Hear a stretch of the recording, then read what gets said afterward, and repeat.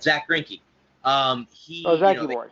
They beat him up pretty well in Game 3, and then Verlander, I don't think probably should not have gone on 3 days rest. I'm really surprised that he went on 3 days rest, because now you think about it, Game 1 against the Yankees is going to be Zach Greinke, because Verlander's he pitched, so Zachy will be going in Game 1.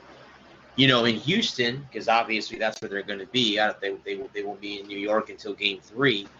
But, I mean, I think coming down to it, yeah, you're going to have Zach Greinke pitching Game 1 for the Astros, because it won't be Verlander and it won't be Garrett Cole who pitched tonight. So unless the Astros throw out somebody that, like Lance McCullers or somebody else in their rotation goes in Game 1, and then they keep Greinke for Game 2. I mean, I don't know.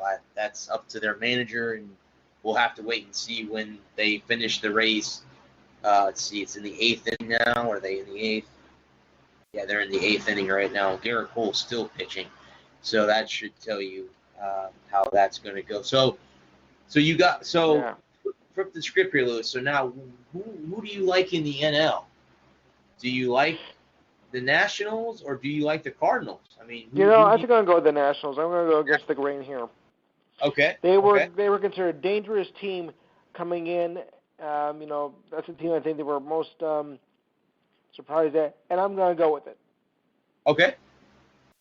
I mean, do you? I think, as I was talking previous with Adam, there's going to be some. I think you referred to it a few weeks back up till this point. There's going to be a major blow-up in LA, right? Now that they've lost? Yep. Okay. Yeah, I don't think Dave Roberts keeps his job. I honestly don't think that he keeps his job. No. I think a lot of if they have major free agents, I don't see them being brought back. I think LA will get a facelift a little bit moving forward. Major. So, I mean, I guess in a weird way to say this, their window is closed. Like, they had their window to win a World Series. Mm-hmm. They haven't won since, 1988, I think was the last time the Dodgers won the World Series. Yes. So, they haven't won a World Series in over 20 years. Oh, almost 30 years. So, yeah, I guess the window is closed. In a weird way, it's closed on them. And it's shut tight. It's really, really bad to say that because of the good team that they really have. They have a lot of good players on that team. I mean, Cody Bellinger, Max Muncy, just to name a few. They have a good baseball team out there in LA. So, but then again, like everything else, everything has to come to an end. Everything has to. Oh yeah. Everything comes to an end sooner or later, and it this, I guess, is the time now for the Dodgers to be, for the Dodgers to be out of it, because I was shocked to see them. But, when you have arguably one of the best pitchers in the game give up back-to-back home runs in the 8th inning to set up extras, and then you load the bases and they get another touchdown, they had another home run and a grand salami. And once I watched the replay today of Howie Kendrick's grand slam, and once he hit it, half the stadium left. They knew, the Dodger fans knew the game was over. The air was taken out. Correct. They knew right then and there that game was over. And that it's interesting to say that, but that's just the way it is. So I think when it comes to the National League Championship, NLCS, I think it's going to be a 7-game series. I really do. I think those teams are equally matched. I don't think they, one is favored over the other. I still think, even with the Astros winning or going to win, or I know the game isn't over yet. I know they're in the 8th inning with 2 outs, so the Rays are down to their last 4 outs. With the Yankees and the Astros, that's going to be a good series too, in all honesty. I mean, a lot of people are going to say, Houston's got the better pitching staff. Yeah, but you know what? The Yankees can hit. So you make one mistake, and they'll punish you for it. There's been a lot of home run balls hit this year. I wouldn't be surprised if both games end up going either at least 6 or 7 games before we decide who's in the World Series. So I agree. That's how I look at it. I mean, my prediction was the Dodgers and the Yankees. Obviously, my NL team is out. I still think, Lewis, the Yankees find a way to beat Houston.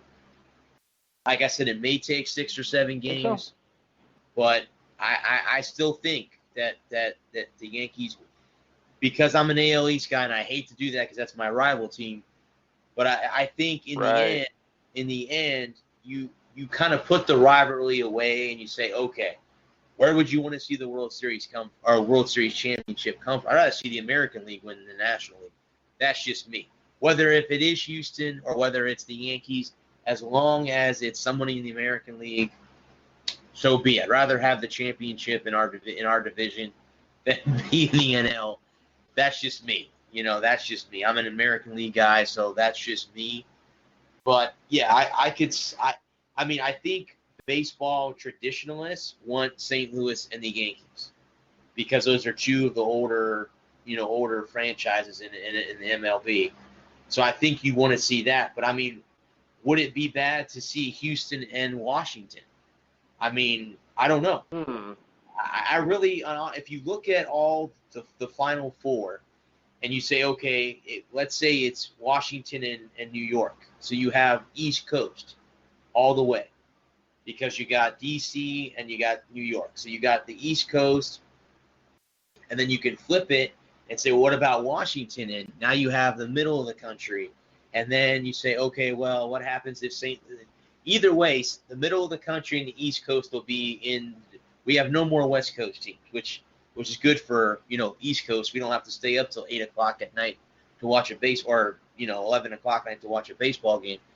But the good news is, either way, I think it's going to be a good World Series no matter who gets in out of the Final Four. And that's my opinion. Yeah. I could see it being very competitive. Well, if it's I think it was the Cardinals in Houston. I don't know. Yeah. You think, okay. You think if Houston and St. Louis get in? Yeah. I don't think the rest of the country is interested in a bunch of small market teams in the World Series.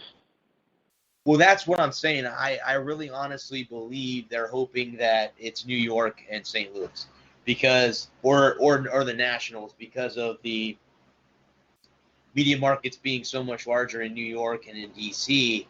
compared to St. Louis. And Houston's a pretty big market, but St. Louis has to be, I think, out of the 3 of them or 4 of them, has to be the smallest TV market of the 4, if I'm not mistaken, out of the 3 major cities you have with D.C., New York, and Houston. So, yeah, I don't know. I mean, like I said, baseball, I think, always hopes that, the bigger markets get in. That's what they're hoping. So I'm assuming they're hoping it's going to be the Yankees because that's the biggest TV market that's left. So, yeah, that's who they're hoping will be because, like you said, if Houston and St. Louis make it, that's the middle of the country. So if you're an East Coast fan, unless you are, maybe that's if you have a secondary team and those are your secondary teams, you'll watch it. But then again, if you're an East Coaster, you're like, you know what? And the West Coast are like, yeah, we're out of this. I'm done. You may not have a very high, World Series, which baseball doesn't need. Baseball needs eyes, needs viewers, and it doesn't need to have a low-viewed World Series. So I don't know. Yeah, that's a good point. We'll have to wait and see.